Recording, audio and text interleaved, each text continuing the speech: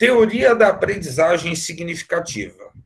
Tá? Já ouviram falar de David Ausubel? Ele foi um psicólogo americano que propôs o conceito de aprendizagem significativa, que foi engrandecido por Goldwyn e Novak. Tá? Joseph D. Novak foi um professor de biologia nas universidades americanas, mas ele trabalha com a ideia de fenômenos educacionais. Tá? Novak e Ausubel vão desenvolver a ideia dos seguintes fenômenos. Eles vão trabalhar com os fenômenos de aprendizagem, fenômenos que são do domínio da psicologia cognitiva, tá certo?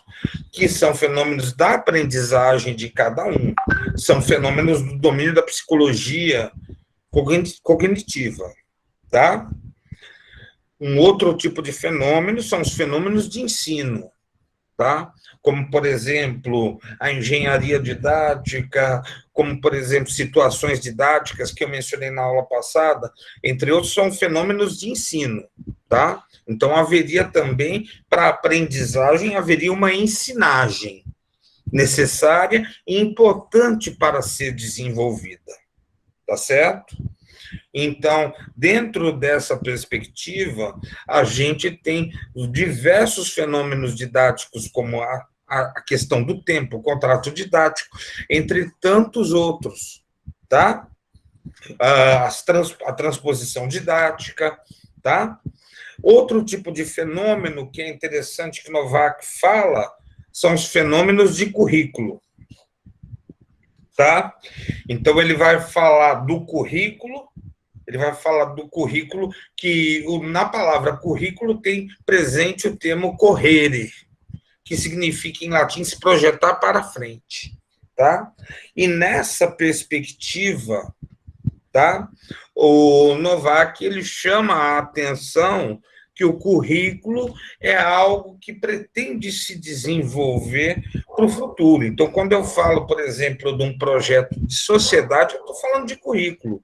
Quando eu falo na perspectiva de uma cultura maker, eu estou pensando numa perspectiva para o futuro. Quando eu falo de robótica educacional, eu estou falando de uma perspectiva para o futuro. Tá? Então, eu estou pensando nesse conteúdo para o futuro. E muitas vezes, nessa zona do currículo, existem muitos confrontos daquilo que deve ser ensinado e daquilo que não deve ser ensinado. Tá? Um outro exemplo interessante,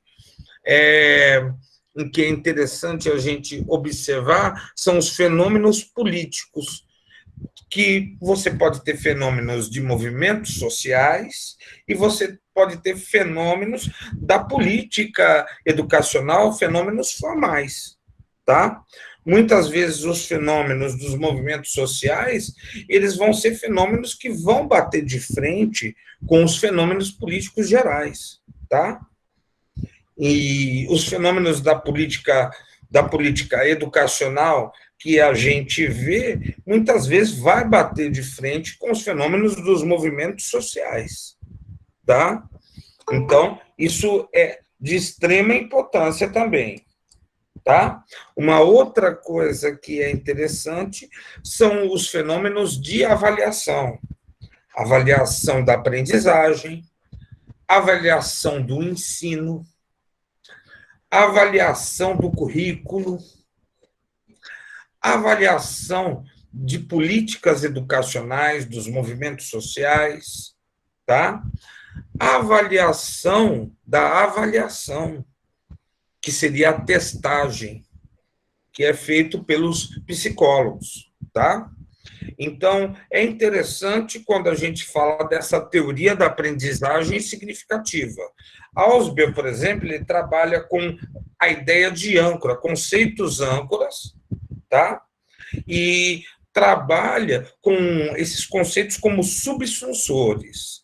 Então, por exemplo, se eu quero ensinar um conceito como o conceito de cálculo diferencial integral no ensino superior, esse cálculo diferencial integral, ele vai ter que ter subsunsores, tá? Eu vou ter que ter um bom domínio de funções, eu vou ter que ter um bom domínio sobre operações matemáticas, eu vou ter que ter um domínio sobre o gráfico cartesiano, sobre a geometria analítica, para poder trabalhar esse conceito de cálculo. Isso é interessante porque, por exemplo, no ensino de matemática, há um bom tempo atrás, tá, nos anos 90, por exemplo, se identificou que era a disciplina que mais reprovava estudantes no ensino superior. Ainda é uma das disciplinas nas quais os estudantes de matemática, física, química, engenharia têm mais dificuldades. Os índices de reprovação eram muito altos. Mas começaram as instituições a fazer diversas outras ações. Uma das ações que foram feitas, que foi mais bem sucedida, foi a seguinte: foi trabalhar a perspectiva do pré-cálculo, tá? E o que era esse pré-cálculo? Quando o menino ele entrava na universidade, ao invés dele ir direto para o cálculo, como aconteceu comigo, tá? Então, se procurava fazer uma formação. Onde esse menino ele trabalhava, tá, os conceitos anteriores. E nessa perspectiva de trabalhar os conceitos anteriores, o que começava a acontecer? Aconteciam várias ações onde ele tinha que estudar funções, tinha que... Então, por exemplo, as dificuldades de ensino que eram adquiridas no ensino médio, que eram dificuldades desses estudantes, então começou a se trabalhar na disciplina de pré-cálculo, essas disciplinas do ensino superior, para depois sim eles poderem ir ao cálculo diferencial integral. Tá? Então, essa perspectiva a gente deve a Ausubel. Dentro dessas ideias, é importante pensar que o pensamento mais o sentimento mais a ação gera o desenvolvimento, na perspectiva de Ausubel. E aí surgem atividades significativas e atividades mecânicas. Temos familiaridade, o conteúdo a ser aprendido encontra conexão com algo que já aprendemos anteriormente, tá? Então, essa atividade significativa, tá? Que é o elemento básico da aprendizagem, é a aprendizagem significativa. E a atividade mecânica são aquelas que aprendemos, mas que não encontramos conexão ou familiaridade nenhum e acabamos esquecendo. Então, aprender mecanicamente por aprender não é uma coisa positiva. A gente tem que tentar aprender para encontrar significação, tá? Para encontrar significado para as nossas vidas.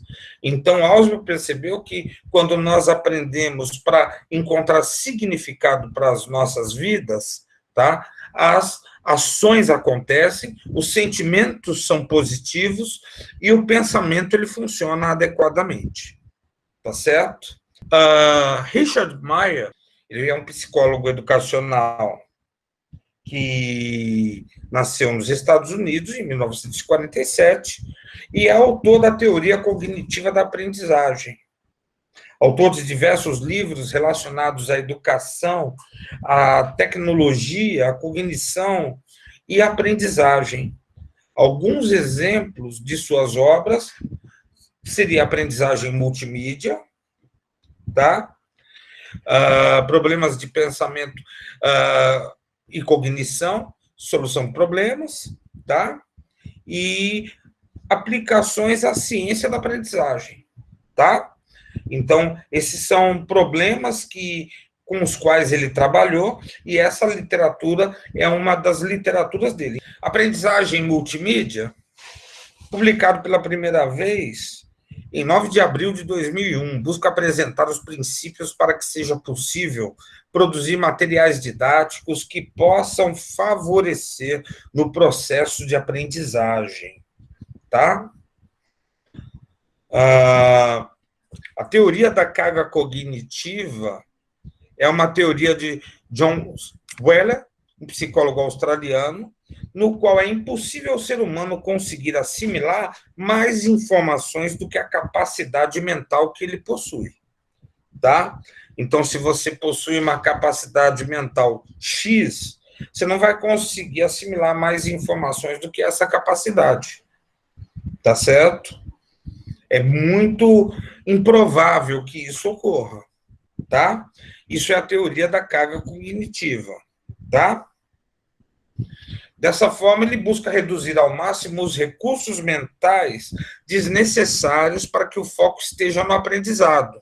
Então, se eu quero te ensinar o alfabeto, ensinar o ABC do alfabeto, tá? Não adianta eu colocar mais elementos na lousa, disponibilizar mais coisas. Eu tenho que trabalhar com aquilo que é o foco da aprendizagem. Com os princípios da TCA, é possível preparar ambientes considerados mais eficientes. Às vezes, não adianta encher o ambiente. Quanto mais simples, é melhor. Então, por exemplo, à esquerda, a gente tem um exemplo correto do que se pretende ensinar. E à direita, a gente tem um exemplo que apresenta já dificuldades. Então, tentar reduzir a carga cognitiva é um fator que torna efetivo e mais importante a aprendizagem. Colocar vários estímulos, tentar colocar música, tentar colocar isso, tentar colocar aquilo, pode ser, de repente, algo prejudicial, tá? E temos os problemas ainda, tá? Da internet, que de repente pode se tornar difícil de baixar, difícil de ter acesso. Então, pensando, vamos dizer, numa situação de ensino emergencial, quanto mais simples, melhor. Pensando na perspectiva de uma videoaula, quanto mais simples, melhor, tá? A preparação de uma videoaula ou de diversos outros materiais didáticos, tá? Como com os princípios da TCE, é possível preparar ambientes considerados mais eficientes, tá? Então, na busca por um ambiente mais eficiente, a TCA vai se unir ao uso de material hipermídia, tornando possível produzir materiais mais adequados que vão estimular o aprendizado. Algumas coisas que ajudam no processo é o uso correto das cores, imagens e palavras. Então, é preciso a gente saber utilizar os recursos audiovisuais nesse contexto, tá? Então, no caso das cores, existe uma possibilidade de uso. Às vezes eu vejo o pessoal tentando fazer uma apresentação e colocam cores que são incompatíveis, de difícil visualização, e às vezes colocam uma série de animações, uma série de coisas. Isso às vezes pode estar até contribuindo e desestimulando o processo de aprendizagem. Tá?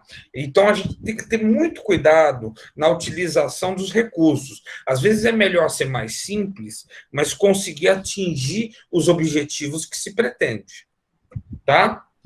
Então, a teoria cognitiva da aprendizagem multimídia de Maia vai defender que o princípio multimídia pode contribuir para uma aprendizagem mais profunda, quando há um bom planejamento. Desenvolver de formas que melhore a forma como os conteúdos são repassados, utilizando os recursos de multimídia no processo, tá?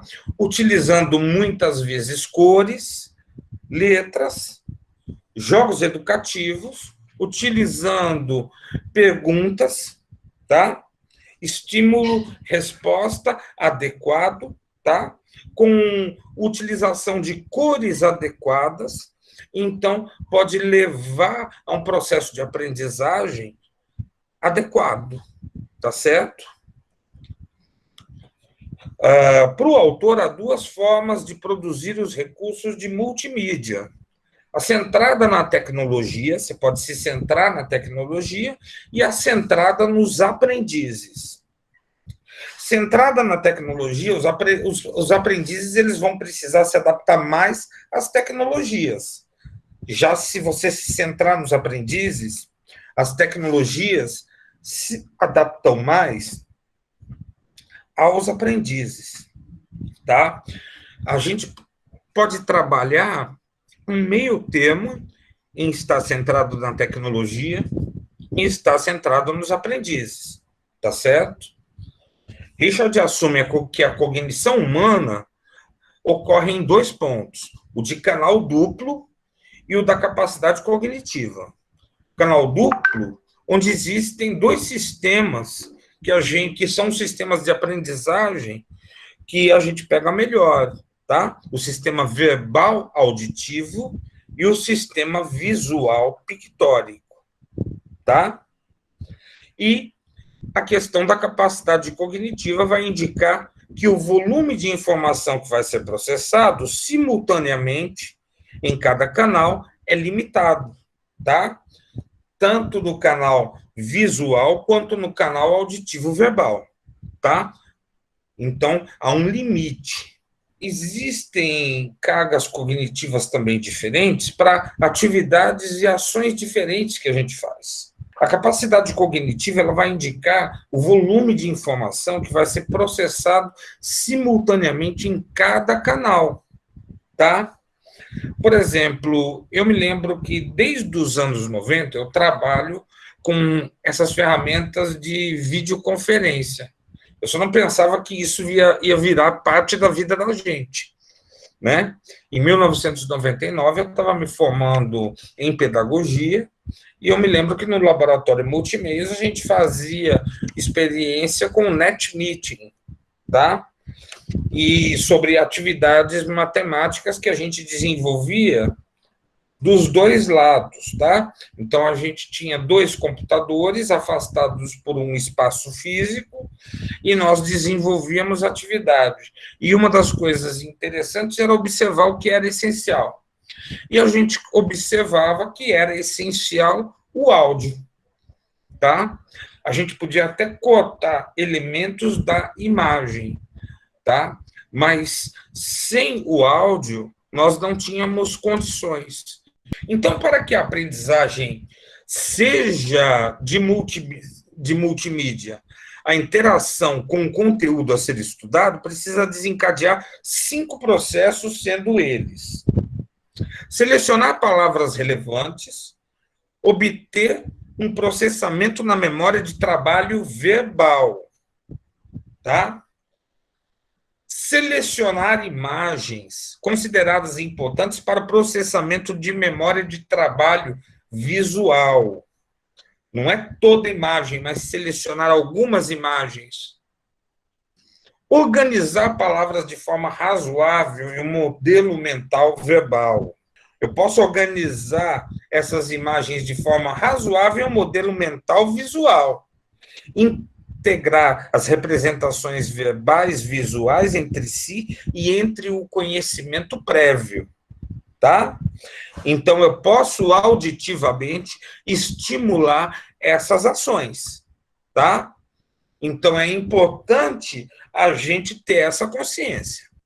Se define por letramento digital o modo como os indivíduos buscam conhecimentos e saberes por meio das tecnologias digitais de informação e comunicação, para favorecer sua autoaprendizagem e o desenvolvimento de sua cultura digital com pensamento reflexivo e metarreflexivo, favorecendo a criatividade e inclusão social. Em outras palavras, é você saber resolver problemas com o computador. Tá? Aqui, por exemplo, nós temos uma triade, né? E que fala sobre, vamos dizer, as etapas desse letramento, né? Que envolve a cultura digital, que fala sobre o letramento digital, sobre a cidadania digital e sobre a tecnologia na sociedade, a sua inserção. O letramento está dentro desse lado da cultura digital. Do outro lado, nós temos representação de dados, hardware, software, né? E comunicação em redes, do lado das tecnologias digitais. E do lado do pensamento computacional, nós temos uma coisa na qual o computador é muito bom em reconhecer padrão, ele é ótimo em reconhecimento de padrões, tá? a decomposição, a estrutura computacional decompõe coisas, né? E algoritmos, que envolve a programação, envolve esse processo, e a abstração computacional, tá? E aqui eu posso dizer que, com efeito, podemos definir, em linhas gerais, o letramento digital como a capacidade de ler e escrever com as novas mídias. Isso envolve uma série de questões instigantes, pois é importante reforçar que não há contraposição entre o letramento focado na leitura e na escrita e os novos letramentos. A relação é de sobreposição, hibridismo, principalmente de prolongamento. Por exemplo, ao entrar numa conta de e-mail para criar uma mensagem, utilizamos a leitura e a escrita, que agora ocupam também o espaço digital. Até o século XX, a leitura e a escrita de textos eram básicas, fundamentais, em certo sentido, suficientes para ser cidadão. O livro foi a expressão do projeto moderno. Para ser um cidadão pleno nos dias de hoje, há necessidade de agregar aquela competência, as habilidades que envolvem os letramentos digitais. Estes encontram na internet seu símbolo, dando forma à sociedade em rede, de que fala Manuel Castells, tá? Richard Romancini, ele é um doutor em comunicação que discute essas questões. Então, basicamente, o que a gente pode dizer sobre esse letramento? É você saber não só ler e escrever, mas é saber ler e escrever com as novas mídias, com os processos digitais, para poder você se inserir na sociedade como cidadão. É nessa perspectiva, tá? E dentro desse processo, ele não fala de um letramento, fala de letramentos. E são esses letramentos que a gente vai ver hoje, tá? Então, inicialmente, eu posso falar de letramento impresso. Consiste na compreensão e na criação, tá, da escrita online e envolve seus artefatos e competências de leitura e escrita nos meios digitais, segundo Vinhal, Dudley, Copley e Pengro. Outra forma de letramento que a gente utiliza muito bem, com características diferentes do letramento impresso, é o letramento em SMS. Tá? Quem já não mandou um SMS na vida, quem não usa um chat, um WhatsApp, tá? Não usa um celular para mandar mensagem, tá? Ele envolve as habilidades no uso do que a gente está chamando aqui de internetês. Letramento em hipertexto. Aptidão em usar os hiperlinks de modo eficaz, segundo Vinhal e companhia. Tá? Então, naquela primeira coluna à esquerda, a gente vê que antigamente o texto ele tinha um início e você ia seguindo o texto até o final, né? A setinha indica ali que você ia da cabeça do texto até a parte final, né? Seguindo de modo linear. E hoje em dia, a gente vê que nós vamos mais da forma como está à direita, né? Você começa ali no início, vai seguindo, tá? Daí a seta vai, volta, então não há uma linearidade mais. Já no letramento multimídia, implica no processo de diversas mídias na interpretação textual de qualidade, segundo Vinhal e Dudley, tá? E todo o pessoal que está aí, tá certo? Então, implica no uso de diversas mídias nessa interpretação textual, como se a mídia fizesse parte do próprio texto. Letramento em jogos digitais. Se trata de um tipo de macroletramento, pois se relaciona a outros letramentos, no que diz respeito aos objetivos do jogo, interações eficientes e modos de navegabilidade, afins relacionadas aos processos individuais e coletivos almejados pelo jogo. Letramento pessoal, nesse letramento pode-se observar a eficácia nos objetivos individuais quanto à navegabilidade, como exemplo. Por tal motivo, se relaciona ao letramento em jogos digitais, pois atende objetivos de um jogo. Se trata de habilidade de atender necessidades bem pessoais, como o ato de jogar, o que configura certa habilidade introspectiva, que pode ser desvelada conforme Vinhal e o pessoal e Dudley, Hockley, Penguin, tá? Eu falo muito desses caras porque eles são pesquisadores da Austrália que trabalham com essa especificação do multiletramento, tá? Letramento móvel, habilidade em se comunicar através da rede, tá? Mas tal mobilidade em rede pode ser através de internet e intranet.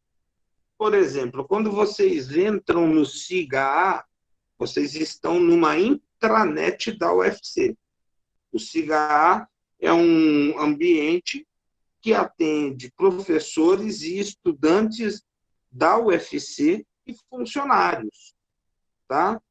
Então, isso exige uma habilidade e um tipo de letramento que vai de acordo com a especificação, tá certo? O que é importante nisso tudo? É a gente ter uma consciência que a gente está em rede. E nós, enquanto estamos em rede, somos pessoas, mas cada pessoa, na interpretação do significado da rede, é um nó. É um nó de um grafo. E a relação entre pessoas, tá? São as ligações, os links que a gente tem. Então, consiste em entender o funcionamento da rede internet e intranet, eu queria dizer ali, assim como a compreensão, etc., da intranet, sua topologia se relacionando com outras formas de letramento. Tá? Então, nesse letramento, a gente se relaciona com outras pessoas, com outros modos, com outras perspectivas também.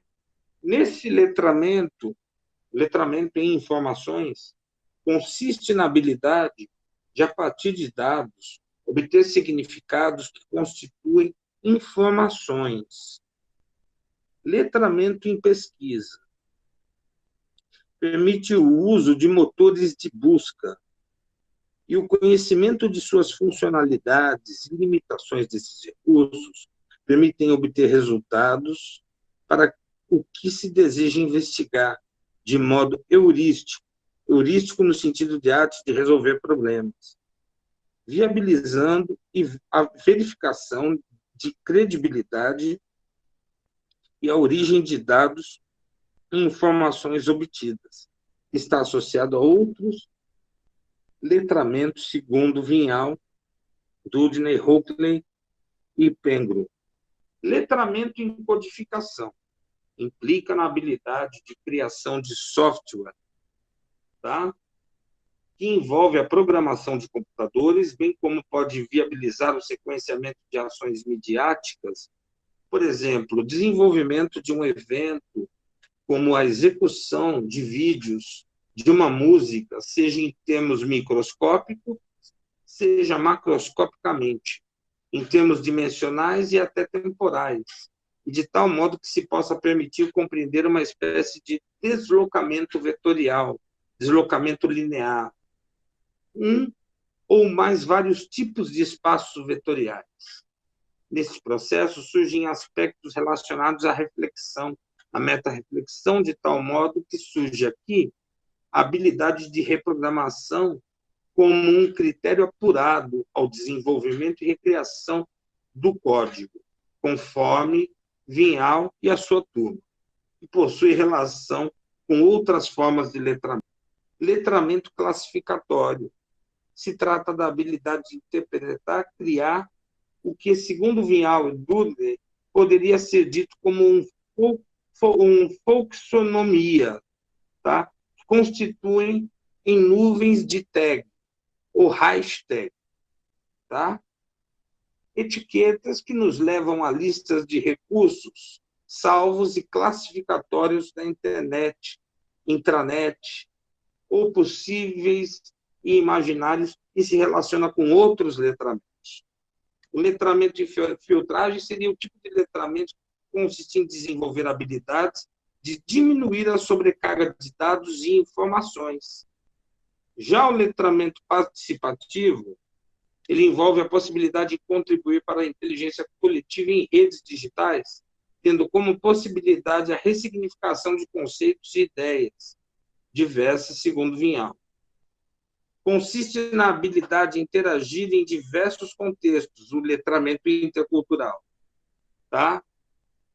Consiste na habilidade de interagir em diferentes culturas de forma interpretativa, plurissignificativa na compreensão dos documentos, instrumentos e ferramentas, ou seja, em termos de artefatos culturais diversos.